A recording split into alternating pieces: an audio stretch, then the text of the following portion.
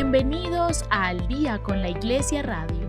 Únete a esta conversación y sigamos construyendo una iglesia que se fortalece día a día. Un espacio para conversar, ser iglesia y enriquecer nuestra fe. Bienvenidos.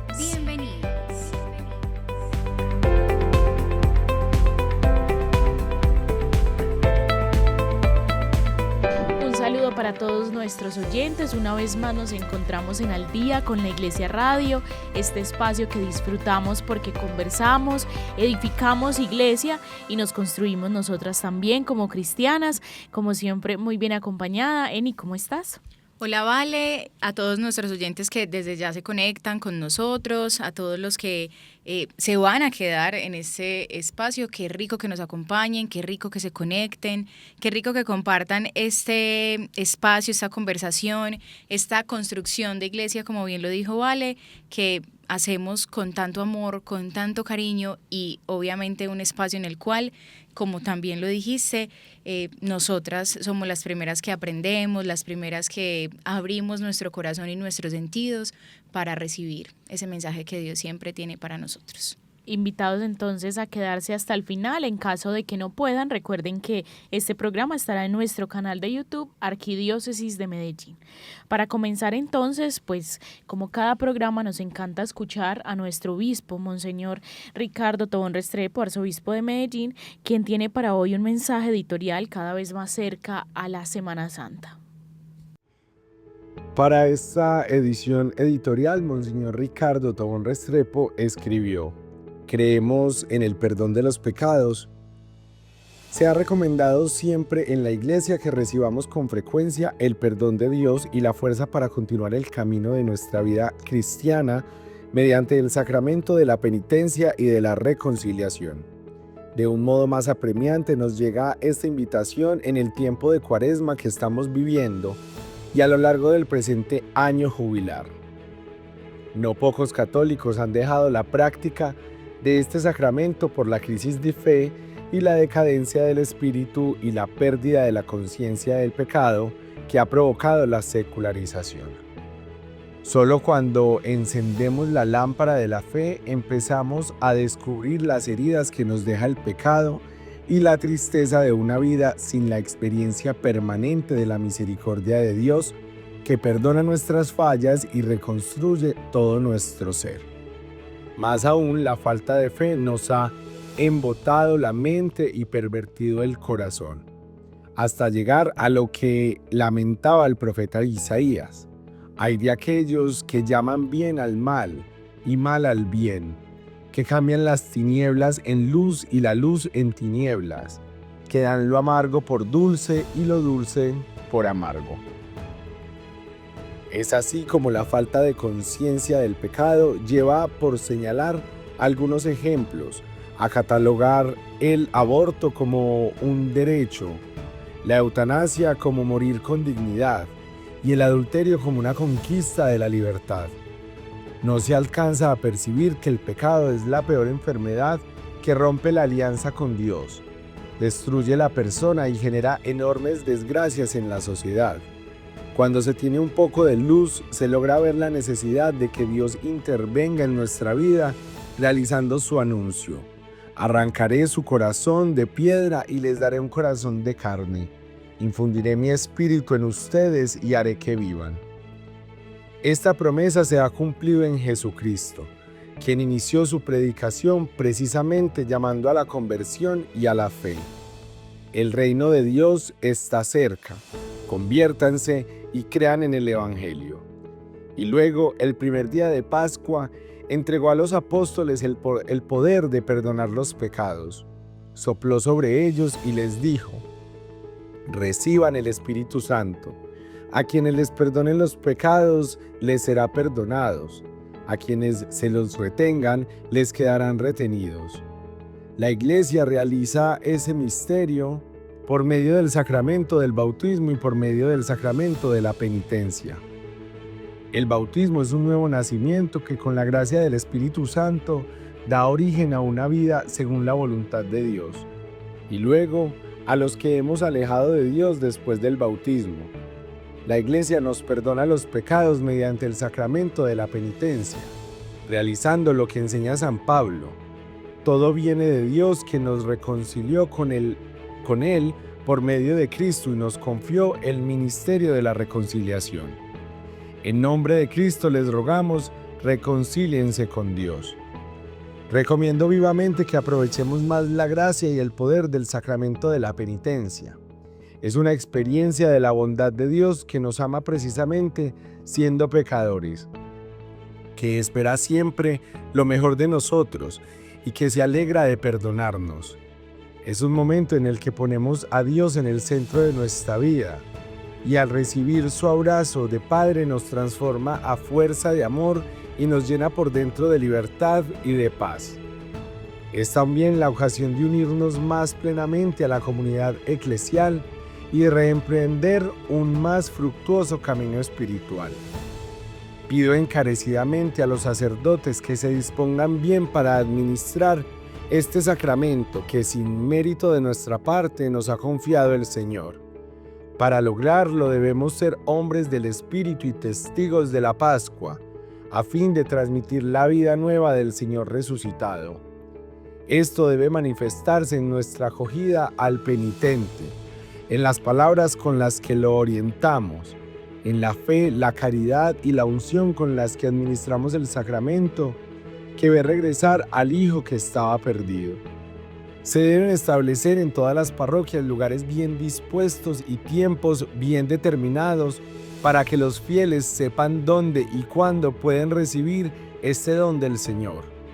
Al administrar este sacramento, los sacerdotes debemos evitar tanto el rigorismo como el laxismo.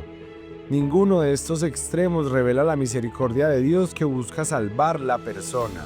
Sobre todo debemos pensar que el tiempo que dedicamos a este ministerio, que la paciencia y la comprensión espiritual que ponemos en él, demuestran realmente la solicitud del pastor que busca a los que se han perdido. Escribió Monseñor Ricardo Tobón Restrepo, arzobispo de Medellín. Agradecemos a Monseñor Ricardo por sus palabras, por siempre orientar nuestra acción pastoral y evangelizadora. Vamos entonces a comenzar, ya sin más preámbulos. Hoy tenemos un invitado maravilloso que tiene una vida muy curiosa, que genera muchas preguntas y que queremos que en esta conversación descubramos cómo Jesús ha tocado su corazón y hoy lo vive de una manera increíble. Vamos a hablar entonces con Weimar. Él es un monje, bueno, es un ermitaño. Vamos a explicar un poco más adelante qué significa esto, pero lo más importante es que nos habla y nos hablará hoy sobre lo que es desierto en la ciudad. El solo hecho de generar o que presentarlo genere esa dualidad ya abre la puerta a esta que será una conversación muy interesante. A veces creo que tenemos mucho en nuestra mente, en la forma en la que concibimos nuestra iglesia, como a los sacerdotes, a las religiosas y los laicos que habitualmente visitan las parroquias o hacen parte de los grupos pastorales, pero de pronto muchos de nosotros desconocemos que nuestra iglesia es riquísima en vocaciones, riquísima en carismas, y pues hay muchas maneras más de decir: yo quiero vivir mi fe, mi espiritualidad desde una manera diferente, una perspectiva distinta, y precisamente por eso nos vamos a adentrar en este misterio que es para muchos la vida contemplativa, la vida monástica, la vida del ermitaño, que además genera esa intriga cuando se dice. En fin, mejor dicho, nos espera como siempre esta conversación con Weimar, que sabemos ya nos ha acompañado antes, será muy grata. Bueno, nada, un saludo muy especial para todos nuestros oyentes. Chicas, muchas gracias por la invitación nuevamente a este espacio tan sabroso para conversar, para encontrarnos y tejer redes. Es un espacio que de verdad valoro mucho. Bueno, pues mi nombre es Weimar Callejas y mi nombre religioso es ermitaño diocesano. pero también soy oblato benedictino. Entonces es como un nombre todo largote, que yo siempre les digo, no, díganme monje benedictino y ya, ahí se como que se resumen los dos carismas. Bueno, ¿qué es un ermitaño diocesano? El catecismo de la Iglesia nos dice es una persona que se consagra para vivir en soledad y en silencio y vivir una vida anónima, oculta y escondida, ¿cierto? Sin embargo, esa última partecita en mi vida ha tenido como una transformación muy grande, porque el Señor, pues aparte de haberme regalado la vocación de ser ermitaño, también me regaló la vocación de ser creador de contenido. Entonces, así como por ejemplo en los monasterios existen los locutorios, para mí el locutorio del hermano Weimar son las redes sociales. Es donde yo puedo entrar a compartir con las personas, escucharlas, aconsejarlas y conducirlas al encuentro personal con el Señor Jesús. Para eso uso yo las redes sociales. En mi búsqueda me di cuenta de que había un lugar privilegiado para el ermitaño, que era el desierto. Era donde los grandes padres de la iglesia se refugiaron a vivir esa vida anónima, oculta y escondida. Pero mi desierto está rodeado y permeado por los grandes edificios de la ciudad, por la bulla, por el apostolado en el colegio en donde trabajo, que es el colegio benedictino. Y allí empecé a darme cuenta que el hombre y la mujer de hoy tenían sed de una espiritualidad y sed de vivir una experiencia más íntima con el Señor. Ahí es donde surge Desierto en la Ciudad.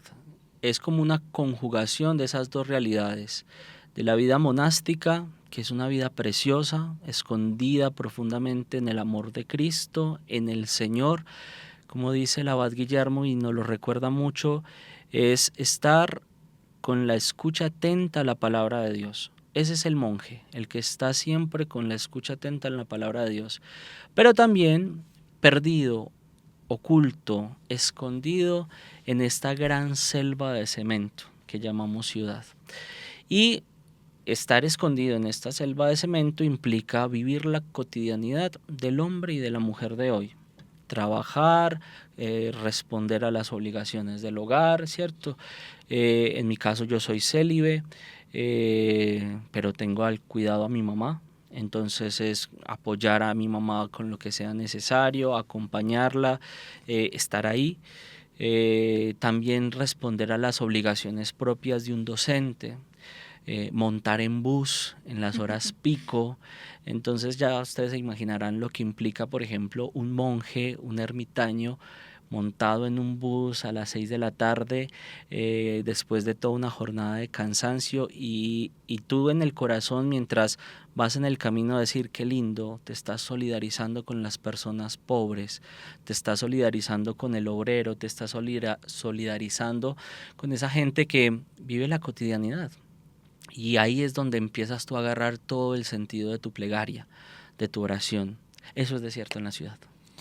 Me parece hermoso y escucharte es casi como poético, más que por lindo que suene, es porque yo siento que armoniza de una manera muy bella con incluso el caos que hoy tenemos en nuestro mundo actual, la rapidez, y siempre me ha parecido y me ha llamado mucho la atención Desierto en la Ciudad, porque precisamente nos habla de una persona en tu caso, pero seguramente hay muchos desiertos en la ciudad que se permite habitarse y ser habitado por Dios de una manera como tan plena que estar en el mundo no se vuelve un inconveniente para eso, y que yo creo que de pronto la vida monástica o incluso la vida religiosa nos ha hecho creer en muchas ocasiones que pues si eliges una cosa tienes que renunciar a la otra, y puede que sí, yo creo que eso depende de la vocación y hacia dónde tú lo lleves, pero me parece esperanzador, y ahorita hablaremos un poco sobre eso,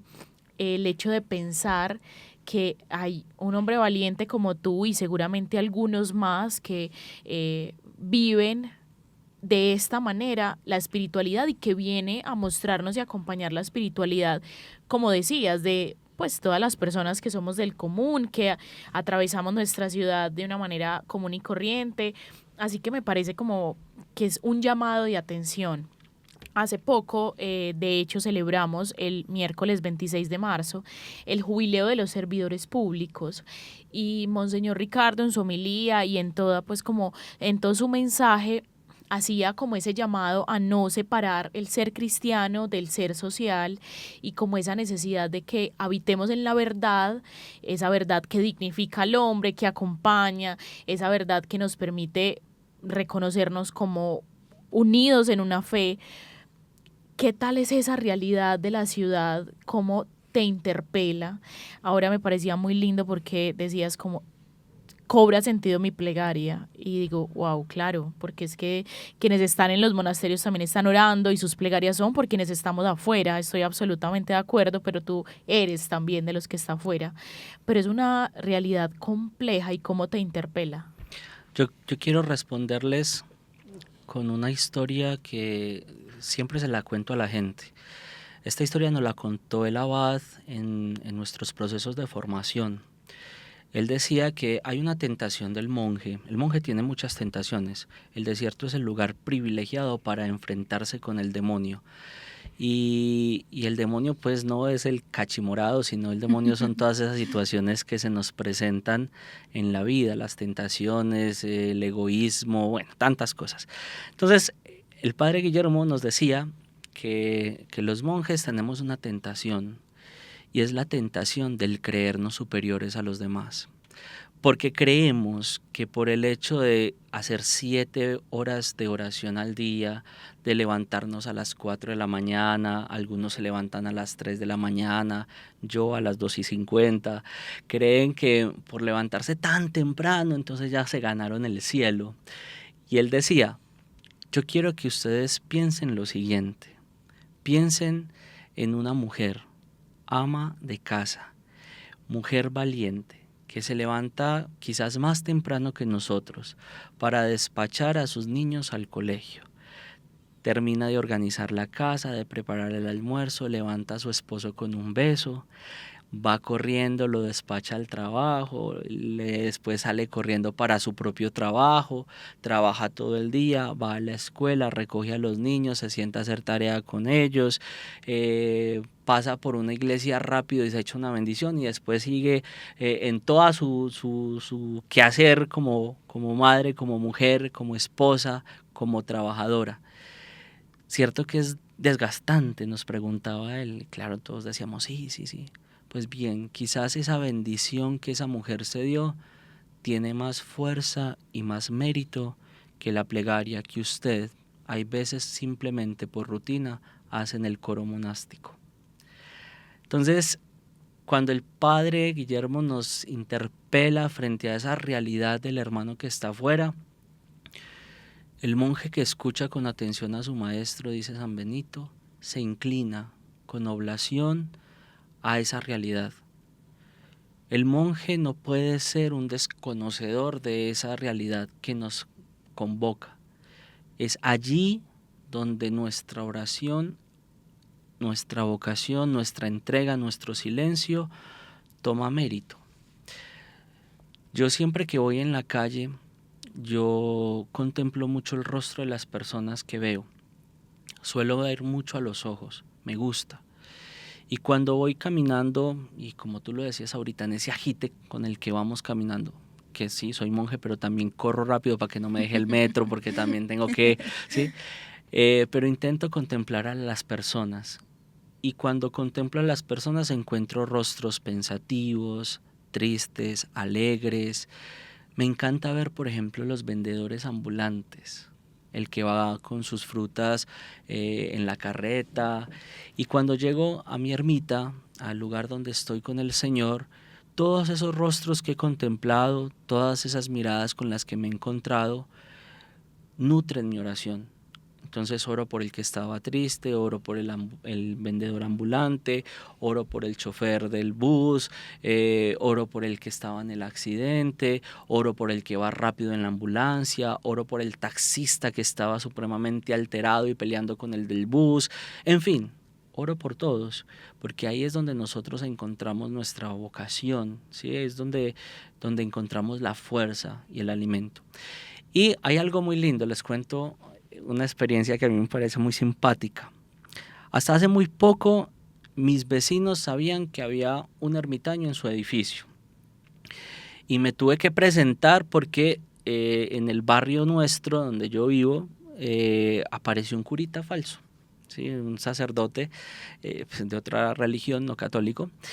Entonces, ya las señoras de la iglesia, incluso tengo una vecina que es ministra extraordinaria de la comunión, se cuestionaban muchísimo por el curita falso y que no sé qué. Y hay veces cuando yo vengo pues al monasterio o tengo algún retiro espiritual, pues yo salía de hábito, pero normalmente yo siempre salgo es de civil en la calle, no me gusta usar mi hábito en la calle. Entonces, la señora tocó la puerta de mi casa y me dijo, venga, es que necesito hacerle una pregunta. ¿Usted es un cura de verdad o usted es un cura falso? Y yo, no, yo soy monje, explicarle. Entonces me acerqué al delegado de vida consagrada, me acerqué al párroco de Santa Gema, le dije a mi superior, yo le dije, padre, esto y esto está pasando. ¿Por qué les cuento esto? Porque pasa algo muy simpático en mi casa, en mi ermita.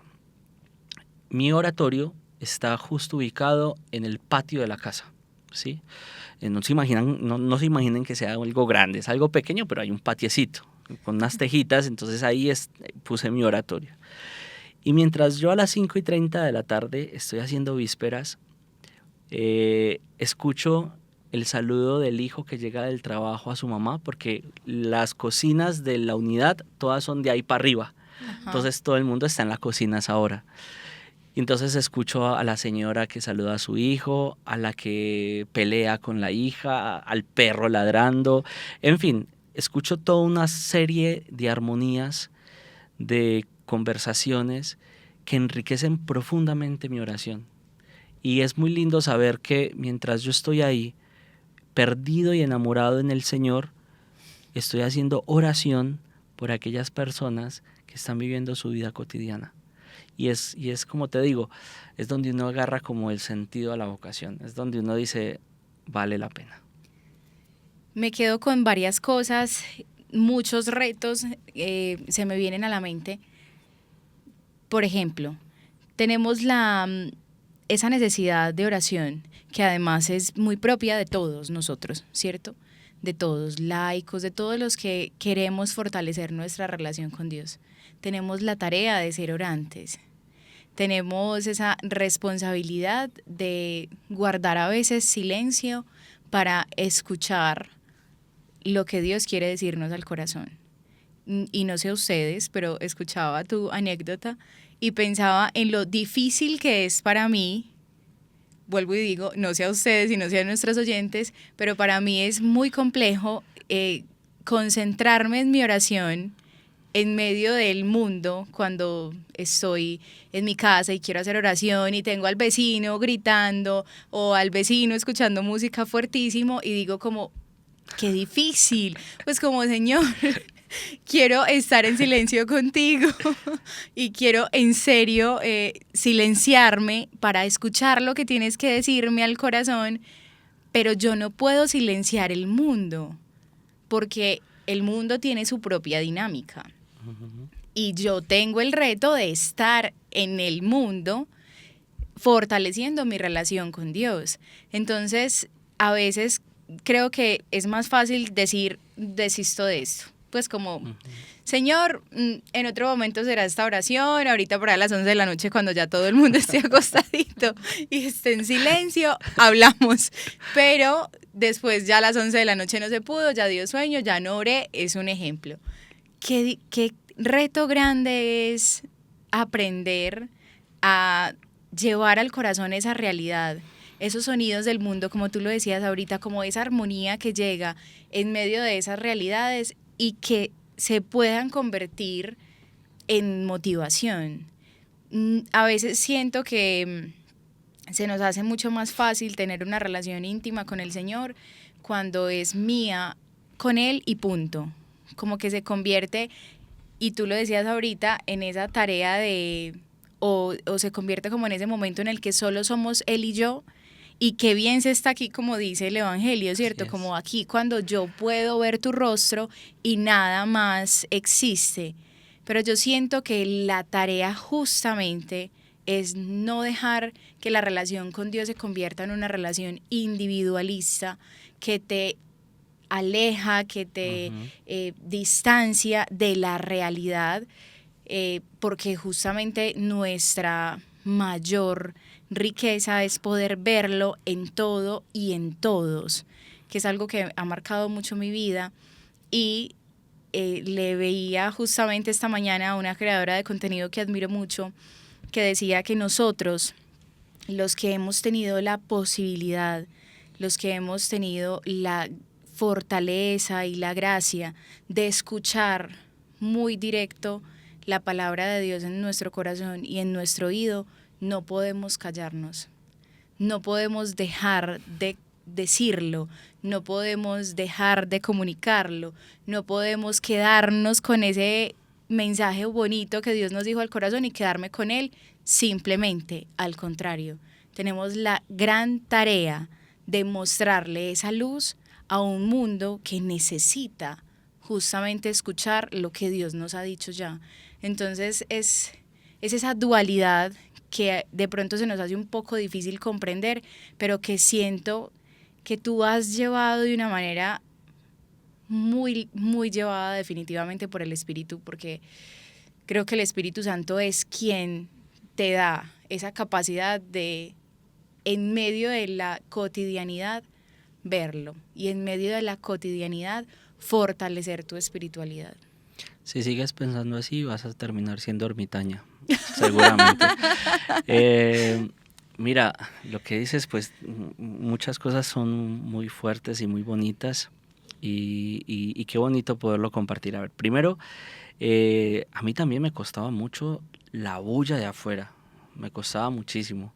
Yo recuerdo que al lado de mi casa era muy chistoso. Entonces estaba la bulla que les comentaba de las señoras en la cocina.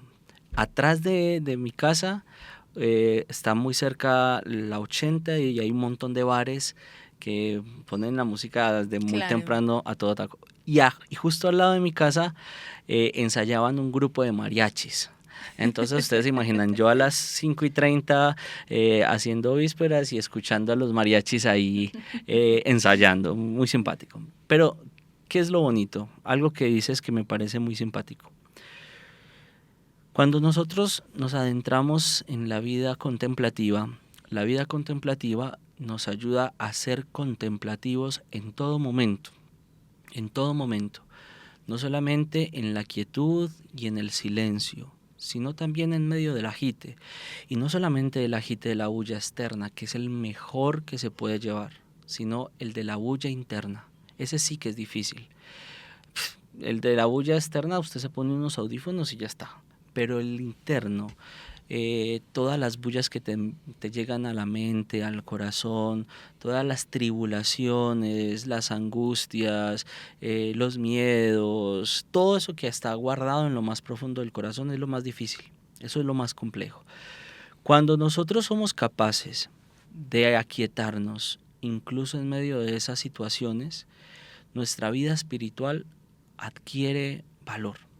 Adquiere una capacidad distinta de ver el mundo, una capacidad distinta de vernos a nosotros mismos.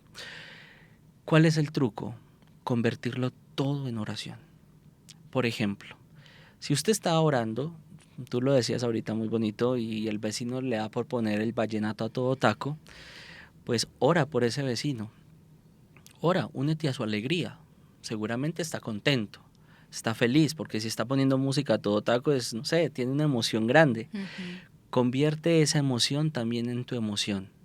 Y te vas a dar cuenta que ya no te va a generar esa incomodidad con la que a veces se nos puede cruzar con nuestro ideal. Otro ejemplo, a los que les gusta hacer oración, pero son casados, tienen hijos, Entonces llegan en las tardes y el deseo es, no, me voy a sentar a rezar el rosario, meditado, tranquilito, en paz. Y llega, abre la puerta y lo primero que hace es el niño tirársele encima a jugar, papá, mamá, venga a hacer las tareas, a preparar la comida. Tal. Ujú. Eso conviértanlo en oración. Eso también es oración. Y ahí también estás glorificando a Dios con tu vida. San Benito nos enseña a que en todo sea Dios glorificado. Esa es la verdadera frase benedictina. Pero si usted le pregunta a la gente cuál es la frase benedictina, te van a decir, ora et labora. Y eso fue después. Y que incluso también está incompleto. Es ora, leye et labora. Ora, lee y trabaja. Entonces San Benito nos enseña que en el trabajo también podemos glorificar a Dios, que en el agite del mundo podemos glorificar a Dios. Y lo glorificamos cuando somos capaces de todo eso que nos rodea, todo, absolutamente todo, la guerra, el dolor, la alegría, el triunfo, la enfermedad, la salud, el amor, el desamor, todo lo que nos rodea, convertirlo en oración, elevarlo. Como el sacerdote eleva la patena en el momento de la consagración, así nosotros elevarlo también en la patena de nuestro corazón hacia Dios. Y Dios hace el resto. Dios hace el resto. Has introducido un poco a San Benito, que como saben nuestros oyentes, nos encanta hablar sobre estos santos que se vuelven inspiración, vidas que han transformado nuestra vida y en este caso la tuya. Queremos hablar un poquito sobre ese santo, San Benito, un santo de hace muchos años en nuestra iglesia, y conocer un poco de su historia y de su espiritualidad, porque todos los santos en definitiva son santos de esperanza, pero nos encanta ir un poquito a lo profundo de por qué acontece en su espiritualidad, en su pensamiento, en la forma en la que vivió su fe, que hoy son inspiración para nosotros. Bueno, hablar de San Benito es hablar de un modelo de vida monástica. Es el padre del monacato occidental.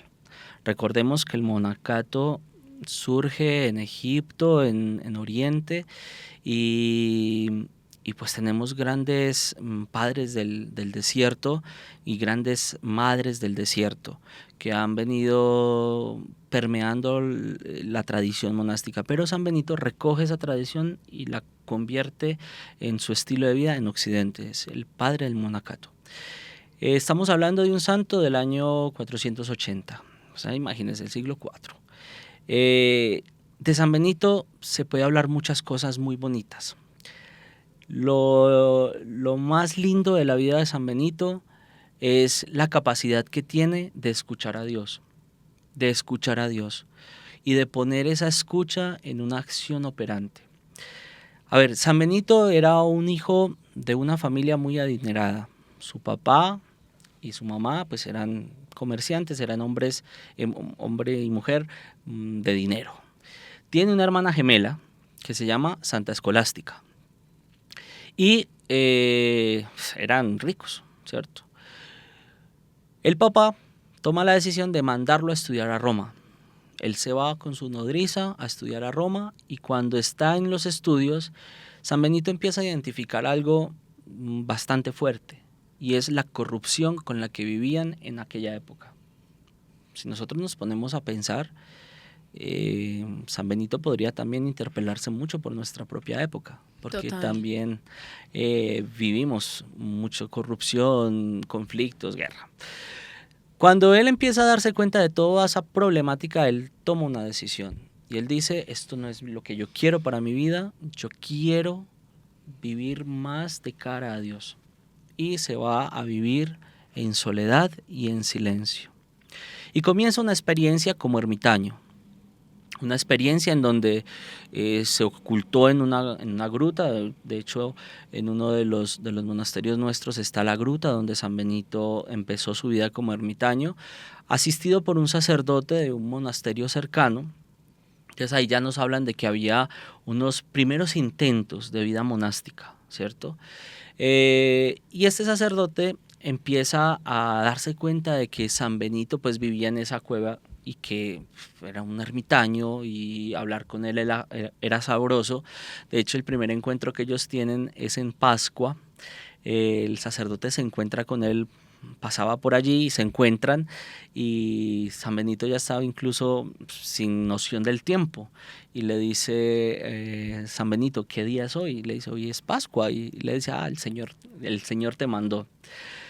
Ya después muchas más personas empiezan a acercarse a conversar con este hombre, San Benito, y es invitado a ser el abad de uno de los monasterios, porque hay algo bien simpático en la vida benedictina, más que todo en la vida de San Benito, y es que San Benito quería ser perfecto en la vida cristiana, ¿sí? Quería vivir la perfección en la vida cristiana, y ser perfecto en la vida cristiana era perderse profundamente en el amor a Cristo, en la lectura del Evangelio y oculto en la liturgia, ¿sí? De hecho, San Benito es el que le da el orden a estos dos elementos, lectio divina y liturgia de las horas. Cuando esta comunidad de hombres toma la decisión de hacerlo a él el abad para que los acompañara en ese estilo de vida, era tan perfecto o tan exigente San Benito que la comunidad no soportó y lo intentan envenenar 2 veces. Una con un cáliz, le pasan un vino, San Benito le da la señal de la cruz, bendice el cáliz. Él no era sacerdote, simplemente era un vaso, le da la bendición de la cruz y el vaso se parte. De ahí, pues los monjes, como vieron que fracasó el primer intento, hacen un segundo intento, pero esta vez con un pan envenenado, ¿sí? Le hacen un pan envenenado, se lo entregan, San Benito le da la señal de la cruz y el pan no se parte, pero sí llega un cuervo y se lo arrebata de las manos. Por eso es que a San Benito lo representan con un cáliz partido y con un cuervo, ¿sí? Y se lleva pues el pan envenenado. Ahí los monjes se dan cuenta que en San Benito había algo especial, había una gran bendición, ¿cierto? Hay muchas otras historias, por ejemplo, un momento en que se incendió la cocina del monasterio porque decían que había un demonio, no sé qué, y San Benito le dice, no le preste tanta atención, céntrese en el amor a Cristo y todo lo demás se acabará. Entonces el monje va y se centra en el amor a Cristo y la tentación, la cosa, se acaba, ¿cierto? Bueno, de San Benito podemos hablar muchas cosas, pero lo más importante, lo que recoge en sí, en síntesis, su vida es la escucha atenta a la palabra de Dios. ¿En dónde? La liturgia de las horas y en la lectio divina. Esa es la vida de San Benito. Los monjes le tenemos un cariño gigante. Todavía hay monjes, pues obviamente no podemos decir, ay, había un monje que lo conoció, no, hace mucho tiempo, pero ha pasado de tradición en tradición que nos cuesta, hay veces, nombrarlo como San Benito, porque se nota como muy lejano. Benito o nuestro Padre Benito. Es como algo muy lindo. A mí me pareció muy simpático en nuestra tradición benedictina que todavía le hablemos de cariño, Benito, o nuestro Padre San Benito. Pues Benito. Antes de continuar con esta conversación, quisiera que nos ilustraras un poco sobre esos 2 términos que usaste. Bueno, de pronto lectio divina es más cercano, pero sé que hay personas que nos pueden estar escuchando que no tienen muy claro qué es eso de la liturgia de las horas. Bueno, se los voy a decir facilito. Liturgia de las horas es la oración de la iglesia, ¿sí? Ese es el término oficial, la oración de la iglesia. La liturgia de las horas es una composición que, valga la redundancia, está compuesta de salmos, lecturas breves, peticiones, y que nos ayuda a santificar el día y cada hora del día, es decir, día a día, cada hora, y los 7 días de la semana. Existen 2 estilos de liturgia de las horas. Está el estilo monástico, que es coger los 150 salmos de las Sagradas Escrituras y repartirlos en una semana. Es decir, tenemos 5 salmos para cada una de las horas.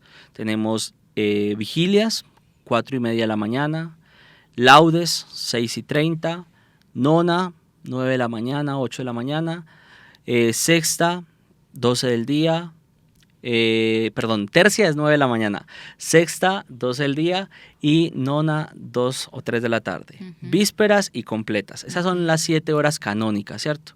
Entonces, la liturgia monástica separa en esas 7 horas los 150 salmos a la semana. Mientras que tenemos la liturgia canónica o la normalita, como la llamamos en el término de nosotros, que son solamente 3 salmos y se dividen en 4 tomos. En el mes se dividen en 4 semanas, ¿cierto? La de nosotros sí es en una sola semana todos los 150 salmos. ¿Para qué sirve la liturgia de las horas? Primero, como lo decía al inicio, para unirnos a la oración de la iglesia. Y segundo, para santificar cada hora de nuestro día, hacer presencia de esos momentos importantes. Ahora, si nos vamos a hablar en términos mucho más teológicos, es recoger la tradición del pueblo judío, de hecho de ahí sale la liturgia, las horas, la tradición del pueblo judío, la ofrenda vegetal que se hacía en la mañana, la ofrenda animal que se hacía en la mañana, la ofrenda vegetal que se hacía en la tarde, los momentos de oración del pueblo judío, ¿cierto? Que tenían también unos momentos especiales, pero ya con la llegada del Señor Jesús, con su muerte y su resurrección, se cristianizan y empiezan a formarse y a constituirse en esas horas importantes. Entonces, cada hora nos une a momentos muy especiales. Se dice, según la tradición, que en la hora de tercia, es decir, 9 de la mañana, era cuando llegó el Espíritu Santo, ¿cierto? Tradición de la iglesia.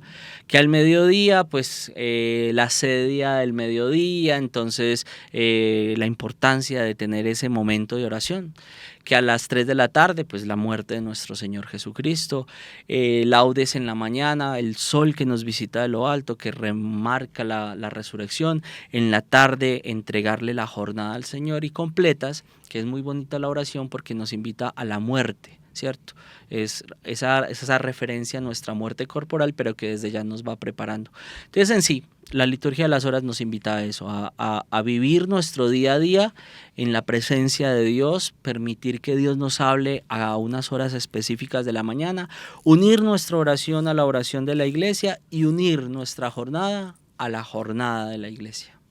Maravilloso pensar que así funciona la vida monástica y a mí siempre me parece muy interesante sentir que es una vida que va en paralelo, pero precisamente como hablábamos al inicio, todo se pone en oración, la vida de quienes están afuera, la vida de quienes acompañan en general la sociedad civil. Me parece muy lindo pensar en San Benito. Yo pues no es que lo conozca demasiado, he conocido la espiritualidad benedictina porque los he visitado y escuchar los cantares como estar en el cielo, pero es más porque se siente profundamente ese amor a la palabra y esa conexión profunda y contemplativa de Dios. Se nos está acabando el tiempo, pero yo sé que nuestros oyentes y en general muchas personas pues creen en San Benito por la protección, se ponen la medallita. Eso es demasiado común y más en nuestra idiosincrasia paisa. Pero en este momento, hoy, año jubilar 2025, cómo San Benito y esta espiritualidad nos muestra ese camino de esperanza, cómo incluso en la contemplación o la peregrinación también tiene ese pedacito de contemplación. ¿Cómo lo podemos integrar para que nosotras aquí que te escuchamos de primera mano y también nuestros oyentes aprendamos a ver este ejemplo y esta inspiración como un punto de esperanza? Bueno, voy a hacer referencia a uno de los textos sagrados nuestros más importantes, la regla benedictina. Si ustedes quieren conocer a San Benito, busquen en internet regla benedictina o vayan a una librería católica y digan quiero la regla benedictina y cómprense este libro, es muy bonito. Y en la regla benedictina San Benito tiene un capítulo, el capítulo 4, que habla el instrumento de las buenas obras. Entonces, por ejemplo, escuchar al que se encuentra triste, son consejos muy prácticos, muy concretos, obras muy bonitas y muy concretas. Pero todas las obras que San Benito ha hecho y nos enseña a nosotros, sus hijos, se sintetiza en una palabra: la acogida. Si nosotros queremos ser peregrinos de esperanza, tendremos que aprender primero a ser acogedores de la esperanza. ¿Y cómo somos acogedores de la esperanza? Cuando tenemos la capacidad de escuchar al hermano, de escuchar al otro.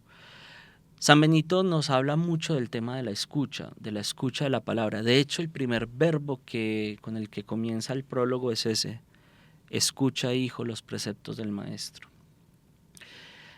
La escucha atenta a la palabra de Dios nos invita a escuchar a Dios que habita en el corazón del hermano, pero escucharlo de verdad, no solamente de oídas rápida, sino que eso que Él está contándonos, que eso que Él nos está diciendo, permee mi corazón, lo toque, lo transforme.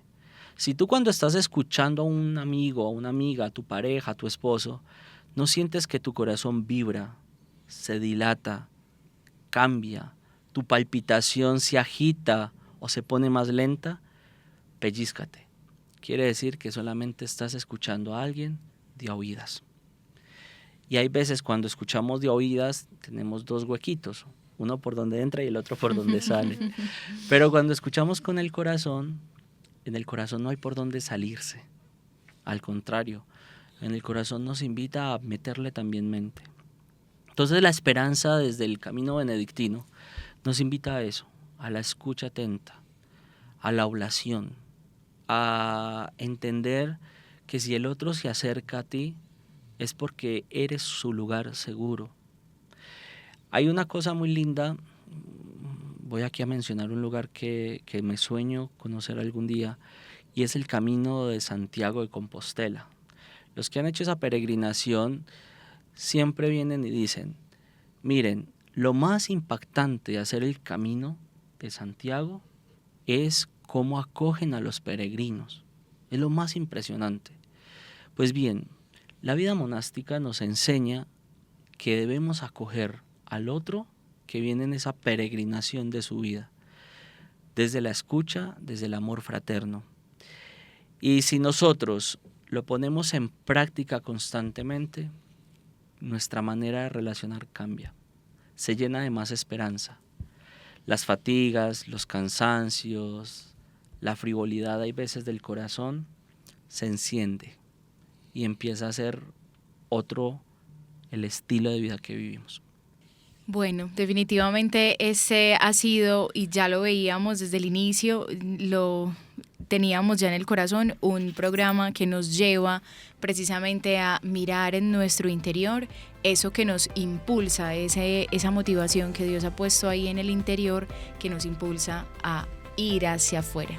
Como bien lo dice el Papa Francisco, una iglesia en salida, unos corazones en salida que escuchan el mensaje que Dios ha puesto en nosotros, pero no se quedan con él, sino que van a transformar esas realidades que tenemos todos los días.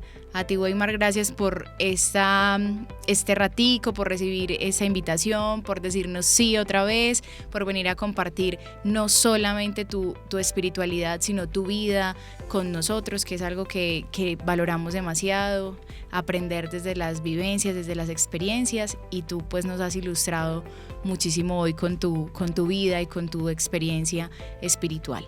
A Vale también, gracias por siempre estar con nosotros en este espacio, por tomarse desde el corazón ese espacio como lo hace y poner todo su corazón en este programa. A nuestros oyentes, gracias por acompañarnos hasta este momento. Y pues si se perdieron algo, esperamos que retomen y escuchen de nuevo el programa a través de nuestro canal de YouTube.